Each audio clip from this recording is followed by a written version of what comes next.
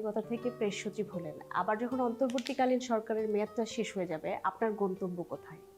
আমি এটা এখনো নিয়ে ভাবি নাই, কারণ আমাদের এখনো আরো কয়েক মাস তো আছে। মেবি ইলেকশনটা যখন হবে তারপরে আমি ছেড়ে দিব।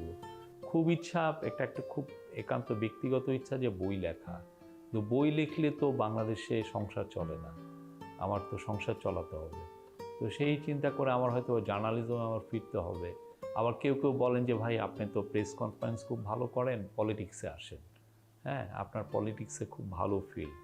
তো ওইটাও অতটা আমি দেখিনি। আমার মনে হয় যে পলিটিক্সে কি যাবো কি না, এক ধরনের মানে দুই তিনজন বলার কারণে একটা মাথার মধ্যে এটা ঢুকছে। আমি ওয়াইফের সাথে বলছিলাম, যে রুনার সাথে বললাম যে কি ঢুকবো নাকি, কিন্তু সে তো একদম না, কোনোভাবেই এইটা করা যাবে না।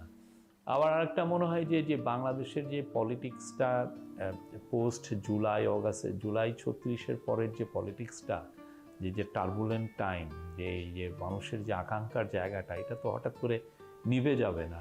এটা নতুন একটা বাংলাদেশ জাগতেছে, নতুন চর জেগে ওঠার মতো।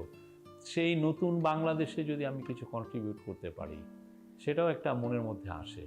কিন্তু আমার প্রাইমারি ইচ্ছা আমি জার্নালিজমে ফিরে যাওয়া, লোকাল জার্নালিজমে ফিরে যাওয়া, নিজে যদি কোনো পত্রিকা দিতে পারি সেটার একটা খুব ইচ্ছা আছে। এটা আমার খুব লিখতে ইচ্ছা করে। সারাদিন মনে হয় যে লিখি লিখি লিখি।